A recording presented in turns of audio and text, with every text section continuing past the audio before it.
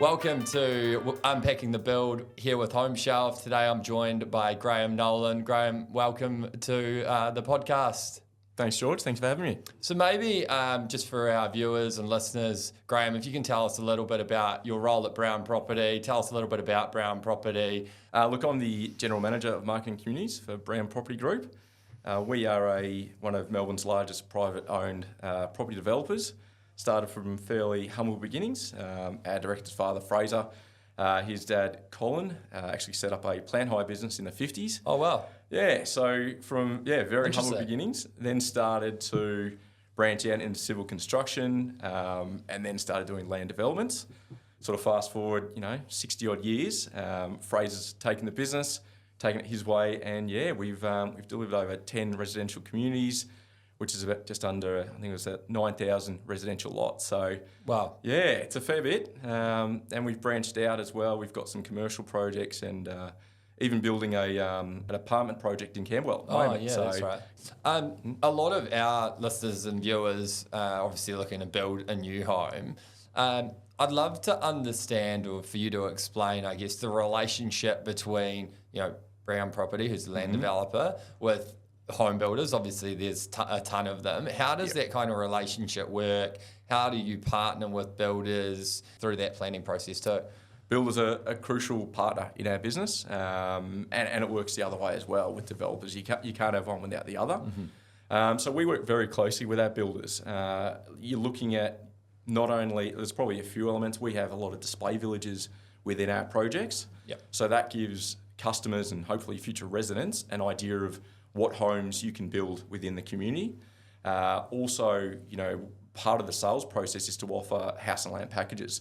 So that's where, again, we work with our trusted builders to give customers that idea of what you can actually buy. So it is bringing both elements together. It is the house and the land. You can build it here. And they can see, again, we can tailor that depending on first home buyer, second home buyer, that there are, I guess, numerous options for each purchaser. And that's where we work closely with the builders to understand what our customers require, what we need from a built form perspective, and then offer it to them. And so does that mean sort of the land comes first and then the build? Is that sort of like the land and the size of the lots influencing the design of the homes and the style of the homes, I guess, that are going to be in a community? It can be customer driven. Yep. So there are some purchasers who will have maybe gone through the display village and they found the home. We found the perfect home. Right, okay. So what size block do we need to build this home? We also have it the other way where someone might be buying, particularly something like a title block, where they're ready to go now. They found the perfect community, they found the perfect block, and so they're ready to go, and then they need to find the home to suit. So it does depend on the customer, but I think generally where we find most people started is budget driven. Yeah. So, okay, we all probably want a big house and a big block, but we need to do our research, and we go in and we'll see customers sort of asking, and it's a case of, okay, well, where do we start? And generally it's what's your budget, because that will influence that decision. And once we have an idea of that, we'll encourage, customers to have a look at homes, because each customer will require something different. First home buyers, a large family, everything, everyone will require something different. So have a look so we have a better understanding of what home you're thinking of. And again, our sales team can then work with, all our builder partners and go, well, here are a few of your options. So that can be sort of budget, will help narrow that down. I'd love to kind of hear a little bit about how you guys have seen, or you have seen, the customer journey kind of evolved through the kind of adoption of technology, or just how technology is kind of changing the way customers engage with Brown Property and engage with the kind of whole house and land kind of process. So I've been with Brown Property Group just over 10 years. And in terms of how we were advertising, very traditional. We were still using local press and metro press and signage. And so then, over time, it's about the information available to customers, and you want to make sure that you're giving as much of information to them that they've never been better educated, I think, than they are now. So, we need to make sure that we're using that technology, because obviously as they go through that journey, you need to give the relevant message. You need to create awareness. When they're sort of taking the next step and they're considering, you need to serve the appropriate messages at the appropriate times. And what we're finding now more than ever is that the customer's coming in and they've done their research. They've got a really good idea. In some cases, they've got their phone and they're showing a Facebook ad, or they're showing something on the interactive master plan. Whereas rewind, it might be a case of, tell me how this works. Yeah, okay. It was a starting point. It's not now. The visit to the sales office is more in that, decision phase.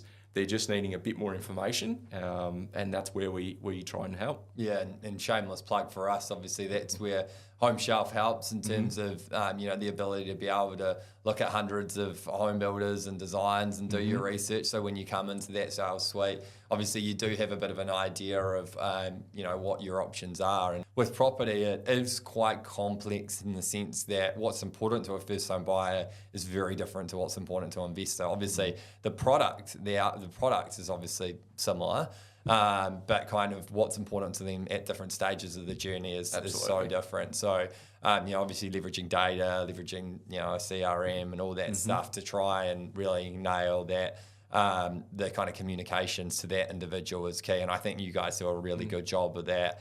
The journey that the customer goes through it's not necessarily an easy to track. Yeah. Sometimes they show initial interest, so we'll be, following them up and trying to give more information or try and engage with them, but they're not ready. So the perceived lead, of the customer might be, they're not ready. We'll put them on the shelf, so to speak, but they're just trying to gather information. They're still, so the ability to communicate along that journey, I think, is never been more important than it is now. Terrific. I'd love to hear from your perspective. I know you've obviously been in the industry for a while, and in your opinion, what do you think makes a great development? It's a good question. And it's, I think when we boil it down and we talk to our customers, our residents, it's a real sense of belonging. I think, these people take trust and they buy essentially a block of land new, but they're also buying part of it into a community. So they want to know that where they're buying in, they're going to belong, they're going to enjoy where they live, they're going to want their children to grow up there. So it's really, that sense of belonging. And what we find is, people want to have pride in where they live. So that extends not only to their house and their garden, they want to make sure the community's looking good. So other houses in the projects look really nice. The parks are good. They like to bring friends and family to the parks and essentially show off where they live. So I think that really builds that sense of belonging. And when you're, I guess, starting the process of planning these communities, are you thinking about it through the lens of, this community is going to be better suited to a first-time buyer versus a downsizer? Does that kind of play into it, or are you more sort of thinking holistically when you're at that kind of early stage? I think when you essentially build a community as well, there are some elements that are inherited from the precinct structure plan. Yep. So council sort of sets out that there are certain elements there, but I think that feeds into then the community and the brand that you build, to knowing that a community you have might have a school, might have a shop. And so it can help frame how you build that community and who you're targeting it to. Oh, interesting. So it can be dependent on sort of what elements are already intended to be there. How much are you guys involved in establishing the kind of design principles and guidelines within a community? I'd say the main impact we have is, when we bring design guidelines. So, and that's fairly common across all developers. The reason for design guidelines is to try and set a standard, I guess, and it's really and it's pretty standard. All builders will work within them, and they're not too taxing. Right. I think they're pretty common. It essentially looks to try to protect, the customer's investment and to have a built form outcome that everyone's happy with.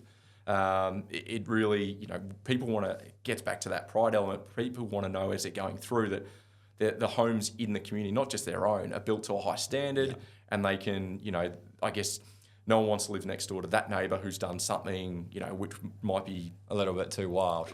Absolutely, exactly right. So it really is just to try and create, a high standard, so everyone's happy to live there. And, in terms of what the builders need to do, it's fairly common. That they know, each development, they'll get design guidelines, and it's just another step in their process. And it's a lot of the time it's kind of like to do with landscaping and facades and sizing. Exactly, it's kind of not as much about the actual look of the home as much as sort of look at the home, but it's more about kind of consistency across. Correct. Things like no, you've absolutely nailed it there. Like things like landscaping, It's something that when people are building a house, it might be something that's forgotten about or left to last, but people still want to have, the landscaping has a big impact on the aesthetics of the community. So, things like landscaping, materials and colours, things like that. So, again, very common. And I wouldn't say too restrictive, but again, it aims to sort of protect the customer, essentially. Cool.